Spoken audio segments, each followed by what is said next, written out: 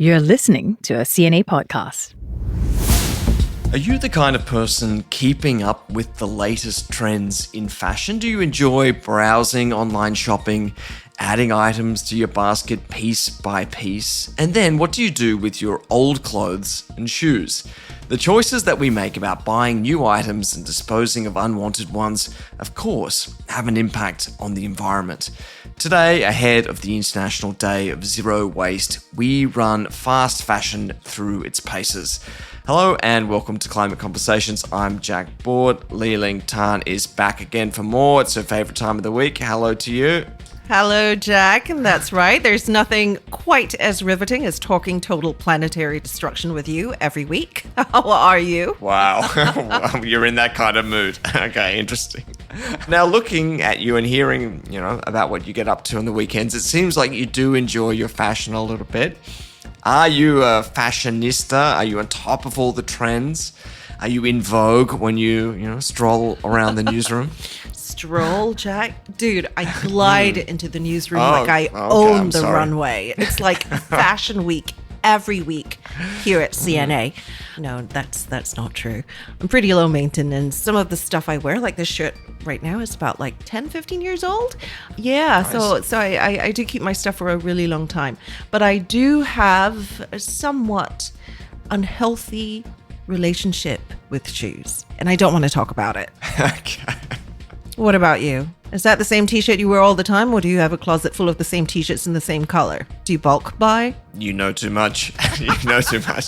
No, this is my simple Uniqlo shirt. I like their basic range. I wouldn't say I am buying clothes that often, but probably have too many. And I'd say we all would probably put our hands up to agree with that a lot of the time. Right, let's get into our quiz. Excited? Very. I want to know. Okay, this is like a question before the question. How often do you buy secondhand clothes? Are you one to be found browsing through the thrift shops, or as I grew up calling them, op shops? I used to love this where I lived in the US. They've got the Salvation Army store, and they've got a lot of like hipster thrift stores as well. I used to love going there, not just to shop for clothing, but also tableware and home furnishings. But I haven't really done much of that since moving back here. I don't see, that there isn't the kind of market here for thrift shopping like those we see in the US and even in Australia. I think it's quite a thing there, right? Yeah. The op shops are pretty popular, I would say. I feel like it goes in a little bit of a trend. Like sometimes it becomes very trendy to go to op shops and then it tends to fade away again. But yeah, you can often find pretty cool stuff in there. I don't do it very often, I would say. I tend to find the vintage shops tend to be pretty expensive. Yes. If you go to Japan, for example, where it's quite popular. Anyway, we're getting off track here. This is the quiz. Okay, I want you to guess what percentage of global spending on clothing is on second-hand apparel. What percentage of global spending on clothing second-hand? Is it 1%, 10%, 25%, or 33%? Oh, I'm pretty sure. Giving you a big range here. Okay, it has to be the lower one. I'm just going to wait until the end of the show to give you my answer and keep you in suspense. Okay, sure. Yeah. So good. The rest of you who are listening in, you can guess the percentage too, and then we'll see if you get it right or wrong. Okay. Like I usually do lately. Okay. Now for our main story this week. Fashion is shaping our planet. Consider that $5 t-shirt on the rack. It's life with you, the buyer, and then where it ends up. As a pile of plastic somewhere out of sight. Did you know that in the US alone, 2,150 pieces of apparel are thrown away each second? Every second. So what we buy and what we wear and what we throw away matters more than ever. If we look at the metrics about carbon emissions from the apparel industry, the water used in production, and the microfibers seeping into our oceans, it's clear that there are multiple problems. There's also a growing awareness of the urgent need for change in the way we produce and consume clothing. Joining us to talk about that this week is Michael Sadowski, the Executive Director of the global nonprofit called the Circulate Initiative. Michael, thank you for joining us. You're very welcome. Thanks for having me. Now, tell me about this initiative. We're not just talking about collecting used clothing and recycling them, right? What exactly does the initiative do? So the Circulate Initiative is a nonprofit that was set up in 2018 alongside of Circulate Capital to address ocean plastic pollution and to build circular and equitable economies, primarily in emerging markets. We actually don't have a primary focus on textiles. We're primarily focused on packaging-based plastics in places like Indonesia, Thailand, India, etc. Although, as I think we'll talk about, textiles are part of the plastic waste stream. So, Michael, we know that the global apparel industry is a major contributor to plastic pollutions. We're talking about something like 14% of all plastic waste every year. This feels like an overlooked impact. How have we got to this point? I think the apparel industry, for as long as I've worked on it, has looked at other impact areas, whether it's chemistry or climate or water, even microplastics. But I think it really hasn't taken a deep look at its contribution to so-called macroplastic waste. And this comes about from the apparel that we all wear when we're done with it. Where does that end up? To manufacturing waste, when scraps are made in a factory, where do those go? So when you put all that together, it becomes a pretty big number. And I think it's important for the industry to grapple with that and find solutions for that. We hear about the rise of the sustainable fashion industry to counter this. But what does that mean, though? Are we talking different fibers, less water usage, circular programs? Are these the real solutions? Yeah, I think you have named a few things that are in the solution set. And frankly, we know what we have to do to address impacts in the apparel space, whether it's climate or plastic pollution or waste. I think step one is let's try to slow down production of apparel. And we're not doing a great job at that with these new companies coming on board that are kind of putting a giant spark underneath fast fashion, right? It used to be fast fashion. Now we have these new terms like ultra fast fashion. So I think we're going in the wrong direction on those things.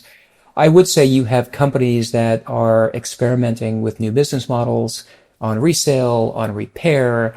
And these are some big companies like Uniqlo and H&M and Nike and Adidas are all experimenting and frankly are doing good work in that space. I just think it's going to take some time and some consumer behavior shift to get those models to scale.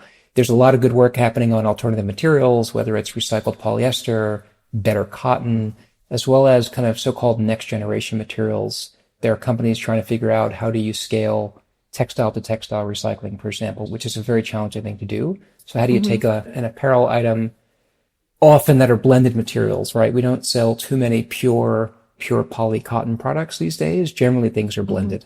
And so how do you recycle things that are blended? So I do think there's a lot of good work in the industry, but, I think we still have to bend down the curve of impact.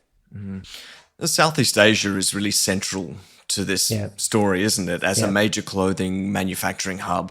Now, I used to live in Cambodia and I would see these small armies of workers every day heading to factories to make clothing and make shoes for some of the biggest brands in the world. Yeah. Now, obviously, it's also a big consumer market too, and fast fashion is everywhere around us here. Can you paint a picture about why this region is really important to pay attention to and discuss? Yeah, there are, as you alluded to, there are millions of workers in places like Cambodia, Vietnam, China, Indonesia, Bangladesh, India that are making products, right? And the history of the global apparel industry over a century plus is that the industry has bounced to the next low-cost market, right? Apparel used to be made in the US 100 years ago. Despite what our current administration says, we're probably not going to be making apparel anytime soon here in the US. It's just not cost competitive. And so we've bounced from market to market and always looking for the low-cost producer. That model, I think it's hitting its breaking point, to be honest. And we've got to figure out, as we transition to a circular economy, to a more just economy, how do you bring along those workers? Because I don't think it would be a great thing for the industry to cut and run from a place like Cambodia.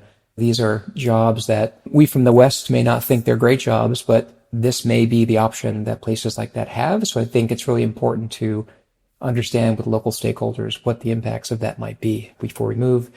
As you mentioned, some of these markets are becoming big consumer markets as well. So maybe 20 years ago, China was a huge producer, and now it's maybe a huge producer and a huge consumer, right? So you have a lot of companies that are making products in China for Chinese sale.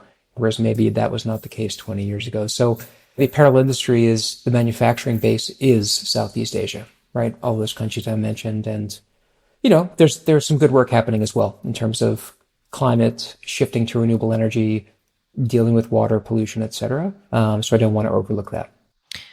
Now, Michael, tell us about your experience inside one of the biggest apparel corporations in the world and how big a challenge sustainability presents for some of the biggest players today. I think the apparel industry, despite some of the knocks that it gets, is one of the more advanced sectors in terms of having a keen understanding of the impacts, working together. So brands with other brands, like Nike collaborating with Adidas and Puma on things. Cascal, which was the former Sustainable Apparel Coalition, has existed for 12 years or more. So I think the apparel industry has a really strong history of collaborating. I think big companies like Nike, fast retailing, H&M have pretty good sized teams of people working on these topics. They're putting good resources towards these topics. I think they have good relationships with their manufacturer bases. So I think there's really good work that's happened at a lot of these companies. And I could cite statistics like many of these companies, the majority of the polyester they use is recycled. They are starting to reduce so-called scope 3 emissions. So there's good things happening.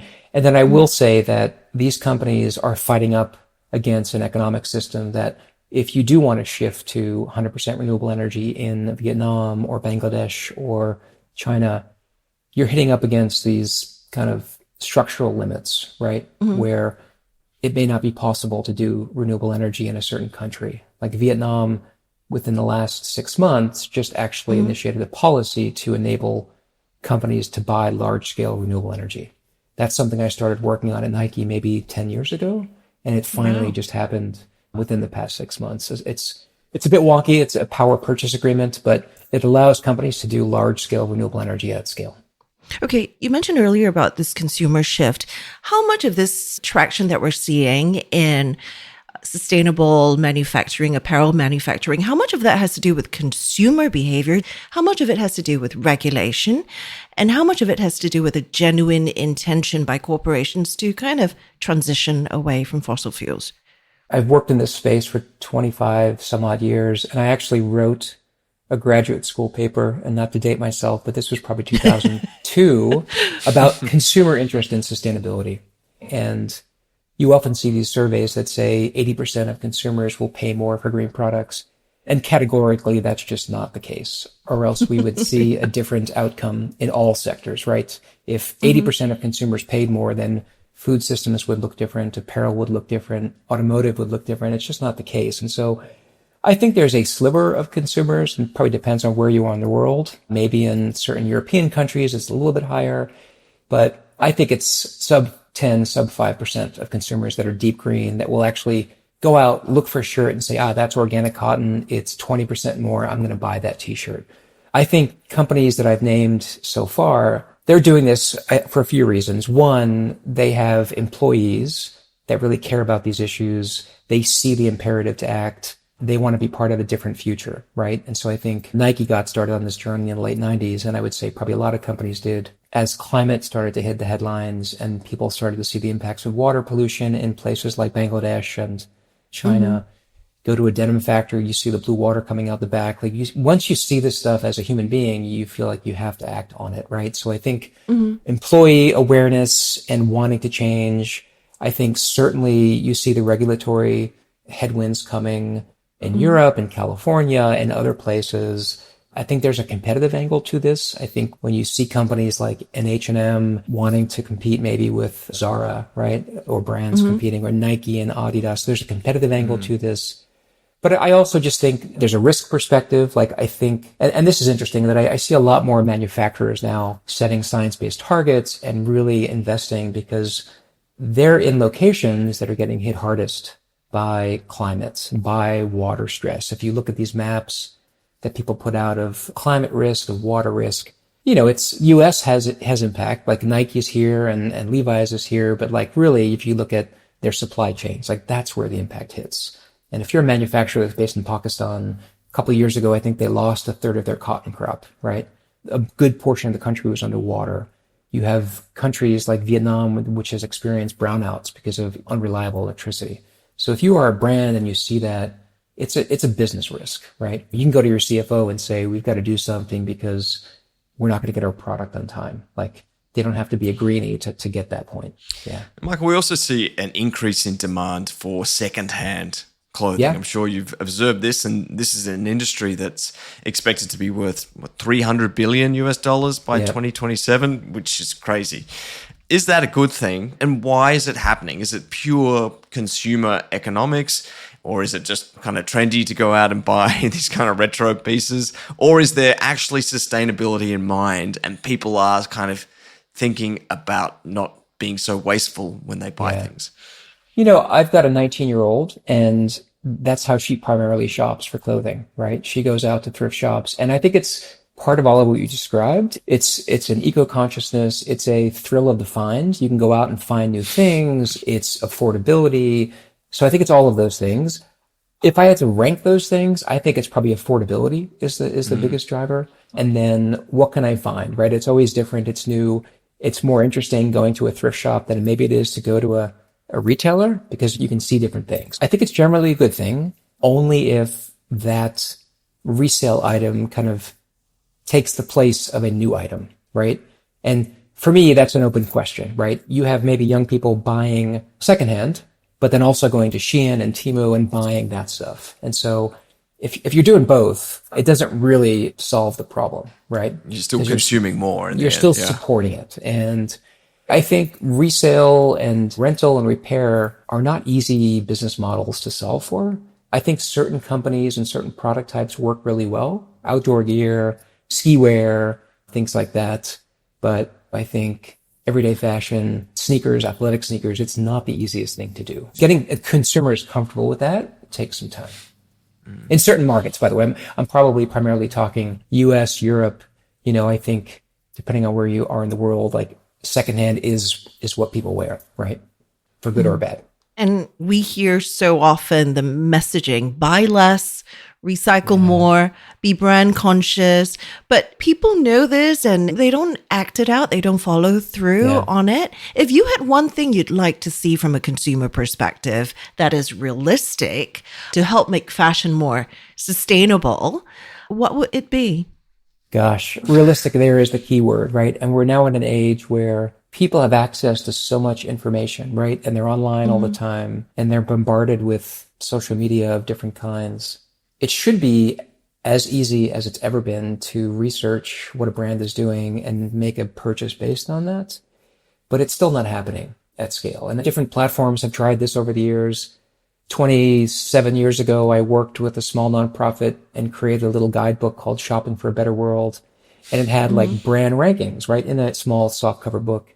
And you'd go through it and it had like little blurbs on labor, on climate, on energy. But like that takes time and people generally don't spend that time anymore, right? And I think people are making decisions so fast. And I think for certain product categories, maybe people spend a little more time. Food, I think people spend some time looking at labels to understand what's in the product because you're putting it inside your body, right? Organic food is very different than organic apparel, right? I'm not putting an organic t-shirt in my body, so I'm probably spending a little less time worried about that. Unfortunately, I think we all have to be more aware of where things are coming from. But I do think, to Jack's point earlier, I do think this general trend of thrifting is a good one, right? Because it's young people that are shopping that are spending more time thrifting.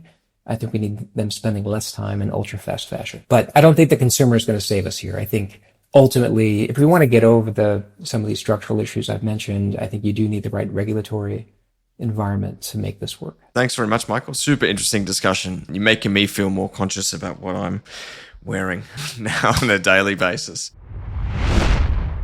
Okay, back to our quiz question. Repeating it for you. And we've spoken a little bit about this already, so there have been some hints through our chat. But can you guess what percentage of global spending on clothing is on second-hand apparel? 1%. I've given you 4 options. Liling's gotten down to 4, or maybe she's gotten down to 1. 1%, 10%, 25%, or 33%? 1%. 1%. Ba-boom. Is incorrect, I'm afraid. It's 10%. 10%? That's a lot more than I thought. I mean, does that surprise you? Yeah. I was surprised at the size of that industry. It's probably us not reflecting well the demands and the economic imperative for recycled clothing in many parts of the world. But yeah, 10%. Go world. That is encouraging. Okay, that's it for this episode of Climate Conversations. Thanks as always for joining us. Again, please, we'd love to hear your feedback. Come and connect with us on social media. Did you know that you can rank us or give us a rating and leave a comment now on Spotify? I don't know if you listen on Spotify, but you can do that. We've had one comment so far. That's pretty sad. I need to go check that out.